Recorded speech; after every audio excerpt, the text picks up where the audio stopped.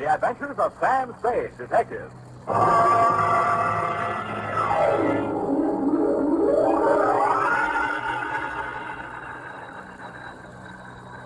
Sam Spade, Detective Agency. Hey, sweetheart. Any calls, messages, alarms, or excursions? Just one, Sam. Which? Well, I suppose you might call it an excursion, Sam. He left some literature. Travel aid today. Well, a little trip somewhere might be nice. I feel as if I could sleep forever. Oh, Sam. Well, I'm not going yet. Oh, Sam, you mustn't talk like that. I've been sitting here reading this booklet, and it says it's later than we think. It can't be. My watch says 3 minutes to 9. Now, there, you see, it is later than we think. I was slow, too, till I said it by the radio. Well, pick it up and set it in your favorite chair. I'll be right down to dictate my report on the Overjord Caper, or Nephew's Folly, or Who Put the Corpse in the Murphy Bed. What?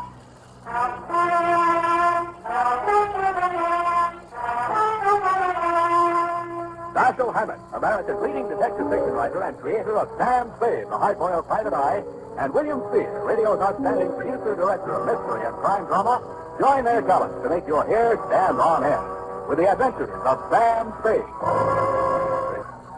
And now, with Howard Duff starring as Spade, the greatest private detective of them all, in the Adventures of Sam Spade.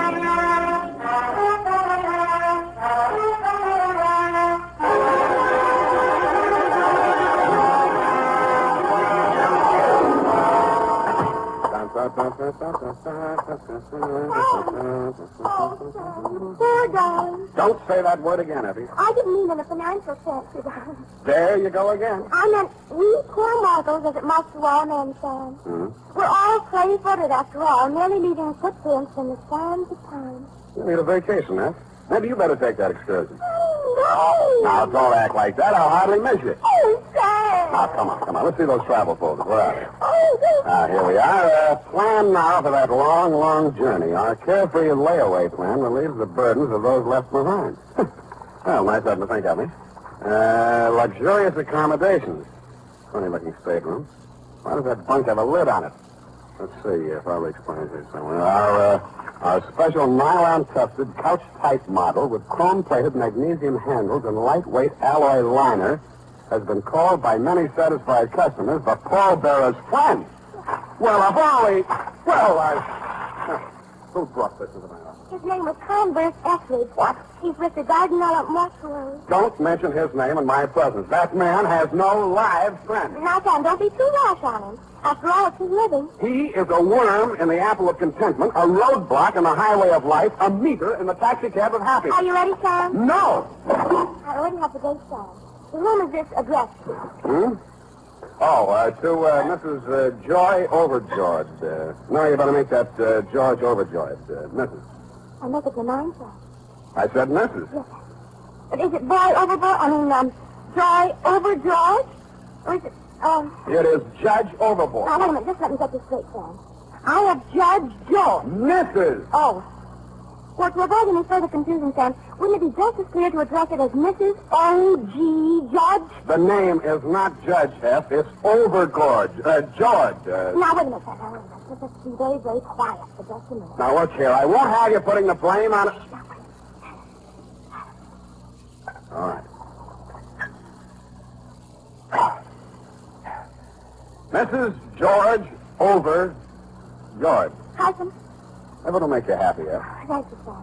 From, Yes, Sam. License number 127596. that you can get. Subject, your jewelry. Dear Mrs. Overjord. Enclosed, you will find my statement for services rendered, which you will no doubt be as surprised to receive as I am to be sending it. It started, as such things often do, with that curse of civilization, that broken spring and the couch of privacy, the telephone. Yes? Spade? Speaking? This is Mrs. George Overjoyed. That's Overjord. I have it. I'm staying at the Hotel Belvedere, Mrs. Spade. Mr. Silver, the house detective, was good enough to recommend you. Oh, then he's good for something. I beg your pardon? A good friend of mine, Mr. Silver. And what was it you had in mind, Mrs. Overjoyed? George. But your wife, that's my first name. I beg your pardon. George. Oh, I got it wrong. When you spell it out, I thought... I think you better come over here right away, Mrs. Spade. I have a rather serious problem to place this course. These little details can wait. Of course. Come right up. I'm in room 315.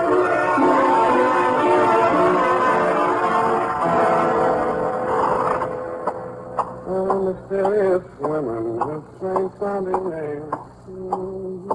Clothing and boots. 315. Got it. Knock. Who's there? Mr. Spade. Just a moment. Come in. Oh, pardon me. Come on in, Mr. Spade. Whatever you say. Sit over here, won't you, please? Oh, yeah, sure. I'll just bring this... Oh, don't bother with the chair. I'll make room here. Oh. Thanks. Here. Now. Isn't that nice? Yeah. Oh, don't worry about George. He's on a gray line tour and won't be back for hours. George? Yes, poor dear, he's my husband. Oh, well, Mrs. Overjord... You're sweet. Call me George. I feel that since you're a detective, you'll know my secret sooner or later. So, why hide anything? Well, what are these? Feathers? Tickle. Sort of. No. Now, listen, Sam. To begin with, my husband must never know. Yeah, well, all right, then. Yeah. About the jewels. Oh. You see, he gave me the money for a floater policy on the necklace, and I was naughty. You were. I sank it in a wild mood. Sam, are you listening? Yeah. Mm-hmm. Sure, yeah. You sank somebody's mink. Tell me, what did you want to do with it? No, Sam. I sank the floater. So now it isn't insured and it's gone. Ran away, huh? Not the mink, Sam, the necklace. What shall I do? Yeah. It was $30,000. Please. But what about your husband? He'll be awfully angry. He's an absolute bog on insurance. And he'd be very upset if he knew I was not fully covered. What time did you say that Gray Line bus gets back? Sam, we just can't while away precious hours. We've got to find that necklace. My husband... Oh, darling, you're not comfy. Hmm? My husband... Who? What? But, darling, George Overjord is the richest man in the state of Wisconsin. He'd be very hard to replace. You're absolutely right. Husbands should be kept in their place. Sam, if you don't take more interest in this problem, I just have to get another detective. Huh? Oh, no. Hey, don't do that. Now, what? What are you looking for? The telephone. I want to check those Gray Line bus schedules.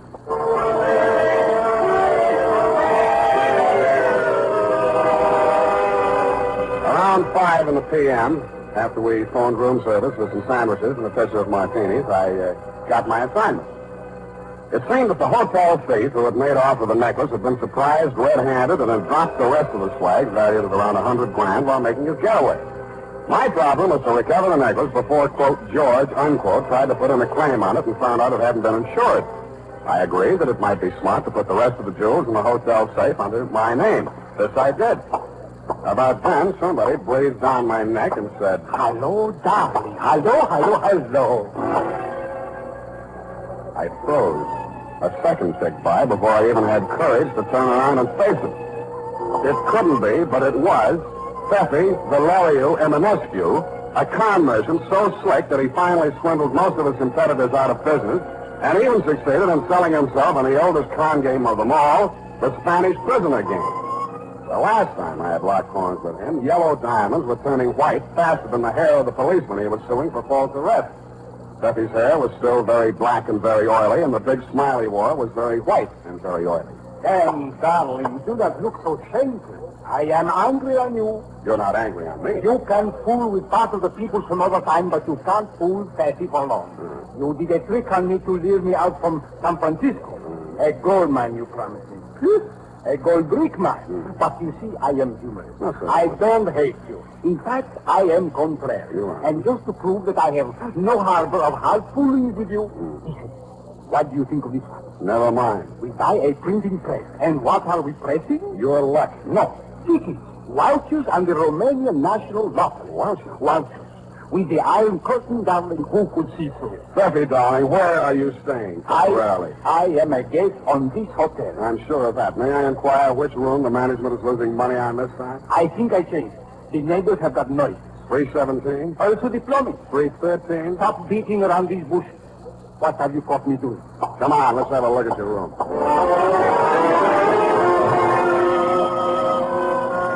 On the way upstairs to his room, Steffi gave me a rundown on the noises in the room adjoining his, 315. On one occasion, according to his story, he'd heard a woman scream, but the rest of it was all in Norwegian. According to him, Overjord was a Norwegian name. But all the same, it sounded fishy, and I don't mean lutefisk. When I gave him a rundown on the missing Overjord necklace, he threw up his hands in anguish and said, "Oh, Sam, darling, I think we'd better have a couple of drinks and talk over this. Sit down, Steffi. Aren't we thirsty? No. Look, Steffi, how did those Jimmy marks get on that connecting door? Aha! Now I see it. Not only do those Norwegians have noses, they have bad habits. And this a client from you. Steffi, why would the Overjords break into their own room from this side of the connecting door? Don't interrupt me. I am thinking. Where does that door lead? To the bed. A bedroom? Don't speak on it. Don't go near it. What's in there? A monarchy. Let's have a look. Sam, darling, I don't want you to get hurt. Steffi, are you threatening me? What? I am warning you. That makes it easier. Sam, darling, don't. Remember, Pando? Oh, be quiet.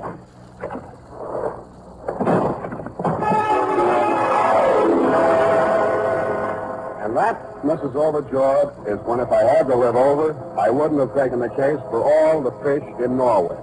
The Murphy bed that flew out at me as I opened the door was occupied. The occupant was wearing a dark blue suit, a conservative tie, a small white chrysanthemum in his lapel, and a peaceful expression on his face.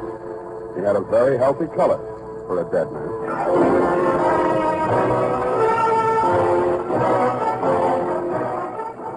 And now, back to the Overjord Caper, or The Corpse in the Murphy Bed. Tonight's adventure with Sam Spade.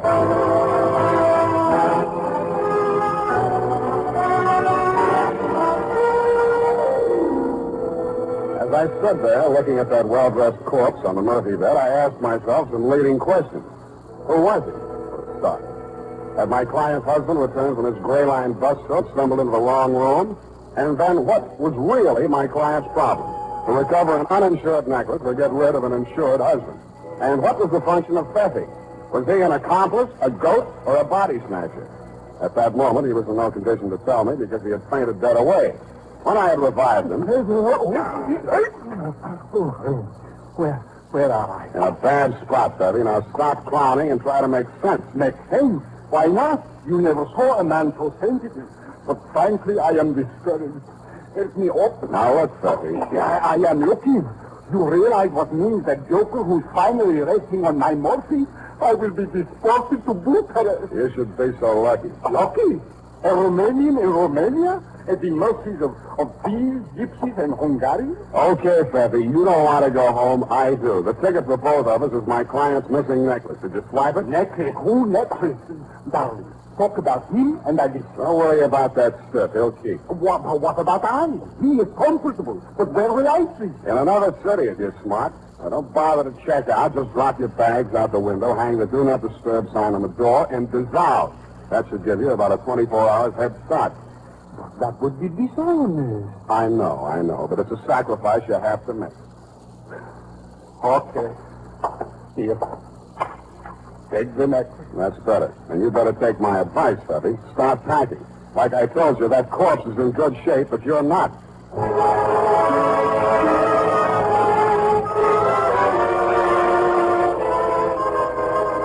There was nobody home in room 315, so I glass-keyed my way in and had a look around. I turned up only items that were worth anything. A pair of passports issued respectively to one George Overjord and one Joy Overjord. Also, item and insurance policy with inventory attached on the Overjord jewels. What made that interesting was the fact that the necklace, which my client had told me was uninsured, was there in the inventory. After that, I wasn't at all surprised at what I found in the closet. Okay. Take it easy. I'll get you loose just as quick as I can. Here, I'll get these gags out first. Yeah. Yours. Are you all right? Yeah, yours. Oh, there you are. Here. Let me help you up. Oh, my back. 4 hours in that place. So thrilling. Who did this to you? You don't know. The Youngsters when they are coming from backward. What? Yours. Look at the time. Our boat sails in an hour. If we don't hurry, we will miss it. Yeah, I can touch. You go now, young man. Thank you. Yeah, goodbye. Well, just a minute. I want to get a few things straight. You are Mr. and Mrs. Overjord? Yeah. But we don't worry. The insurance will take care of all. Goodbye. I'm sorry if I'm annoying you, but I'm just not quite ready to leave. Now, if what you had in mind was picking up a little ready cash from the insurance company, I'm afraid I'll accept your case. Boris? Again? In other words, I'm a detective, and I have your jewels. Yeah? Aren't you here? Yeah, that is good. Just leave them on the table. Yeah, good. Well, it's not quite as good as all that. Before I can hand them over to you, I've got to clear a few things up between you and my client and another guy with a dead man in his room. You don't know any dead man. Not in California. We are from old country. Wisconsin. Oh, well, that's different. Is that everything yours? Yeah, yours. Call the boat on. Don't be in such a hurry. Well, why not? The ship's on the way. Now, look, this will only take a few seconds. I'll have to make a report on this, you see. So I have to know exactly how it happened. Now, you say you just come into that room. Now, you must have been standing about here, Mr. Overjord? Not so close to the closet. Well, that's near enough. Now, you just stay where you are. Will you step over this way, Mrs. Overjord? Oh, yeah. Hurry, please. Just a little to the left. There.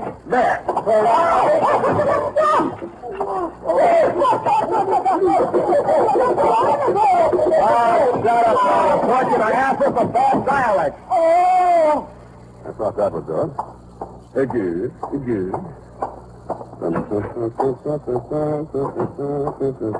now to make it go. Just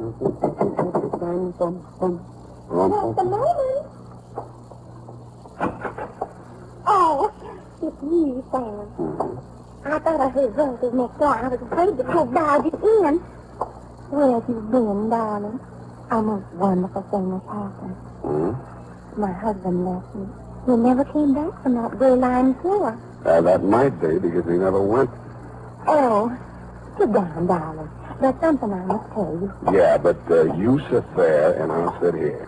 Darling, you changed. It makes it so difficult, this gulf between us. Joy, if I may call you Joy, we must face it. We live in different worlds. It can never be. Figure that? I understand. But there's no reason we can't meet occasionally and remain good friends. Sure, I'll come to see you on visiting day. Sam, I'm afraid you're making a terrible mistake. Well, I made that when I took you at face value. Your name may be Joy, sweetheart, but you are not Overjord. Who are you? Darling, doesn't matter. But I rather like Joy. I think I'll keep it. Yeah, okay, suit yourself. How does Steffi fit into this caper? Sam, darling, it's terrible the way that man deceived me. I should have known you wasn't a Norwegian. Well, don't feel too bad about that. He thinks he's Romanian. He told me his name was Overjord, and that it would be all right for me to stay here because his parents were in Lebanon.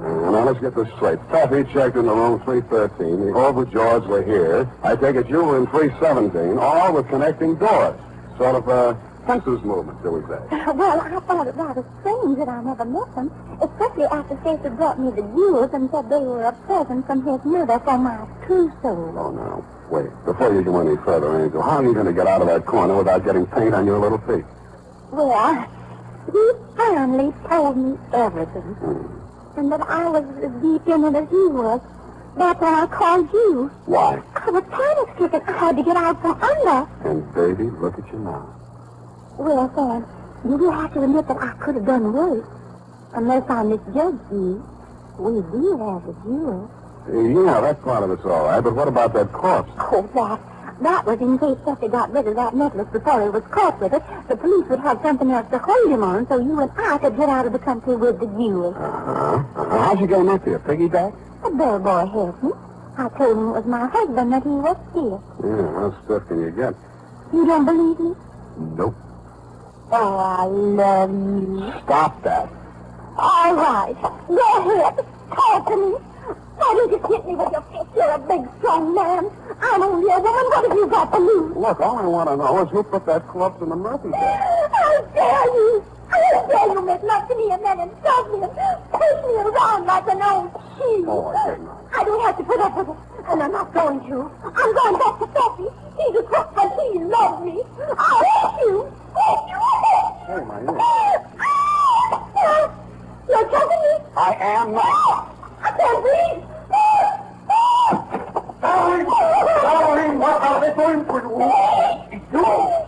You deduced this poor girl to her condition? I guess so. I don't know how. Come, darling, we are no longer friends. Our relations are short, nil and one. But you, my love, I forgive you. Come away with me. We will start life anew with a better scheme. But Susie, dear, aren't you forgetting something? The jewel? That old man and that old woman lied to us. They are not Overjord. They are crooks and robbers. Papa, no. Sam. I think he's right. But how did you... I found them in there and untied them. Instead of phoning the police, they started packing. So you see, darling, we couldn't take the jewels anywhere. But why now? The M&S motto inscribed on our family crest. Honor among thieves, except for gypsies and Hungarians. But Sophie, dear, I tried to steal them from you. That was another hot call, my darling. Between you and I is a technical difference. This is known as a double cross. That is expected from a woman.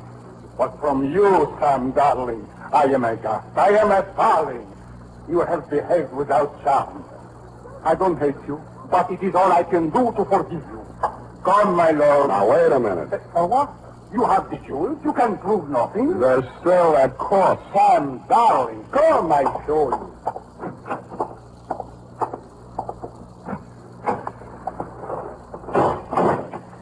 You see?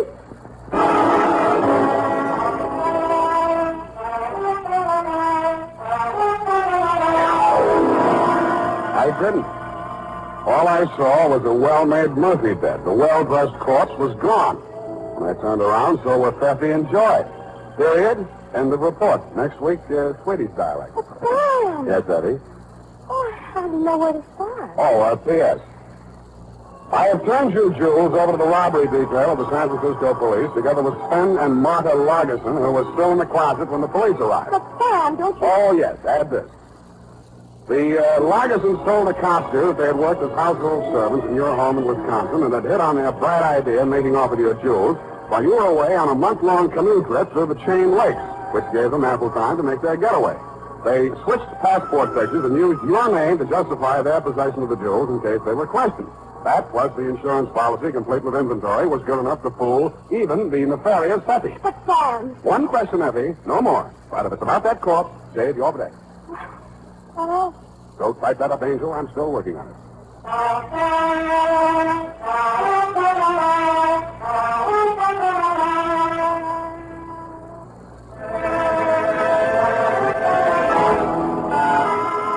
Well, here it is, Sam.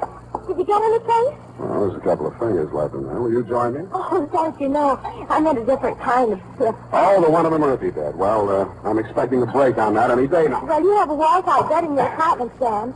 A similar proximity will inspire you to greater mental thought. Please, I won't sleep a wink. That's just what Mr. Erich said. But I told him you were busy on this big jewel robbery. What was his problem? The man from Nashua, you know. That vulture. He is a razor blade in the parachute pack of optimism. He is a sandbar in the river Styx. He Well, is... as I said, Sam, it's his living. But I promised to give you the message. It seems he wants to find this woman. Now, she did a very strange thing. Yeah. I mean, she came into the garden out of mortuary and said her name was Erich. And her husband was there and that his parents had arrived from Ireland right when he dropped dead. And the Irish relatives were mad because she sent him out for embalming before they got out of wake. And she wanted to know if Mr. Edwards could sneak him into the hotel before they found out. Why didn't you tell me this before? But then I didn't want to clutter up your mind when you were busy on a big jewel case. And besides, you learned that she was a practical joker and got his body. Sam. Yes, Ed. Sam, the one in the Murphy bed, I mean. Is it the short arm of coincidence, Sam? Yeah, probably is. You know, everything that happens in hotels doesn't get in the papers. Hardly a day goes by that some joker doesn't plant an embalmed body in a Murphy bed. If it isn't that, it's frogs or salamanders, or sometimes it used to be crackers when So many of them were on the American plan, you know. Roger! Oh, good night, Sam. Good night, sweetheart.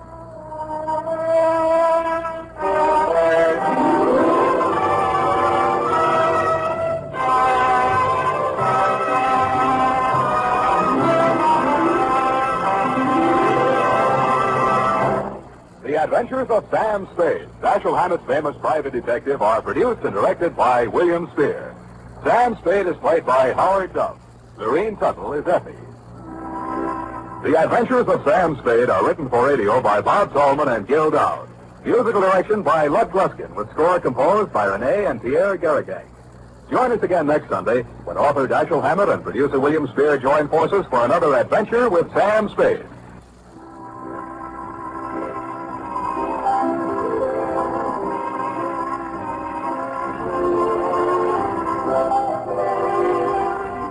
This is CBS, the Columbia Broadcasting System.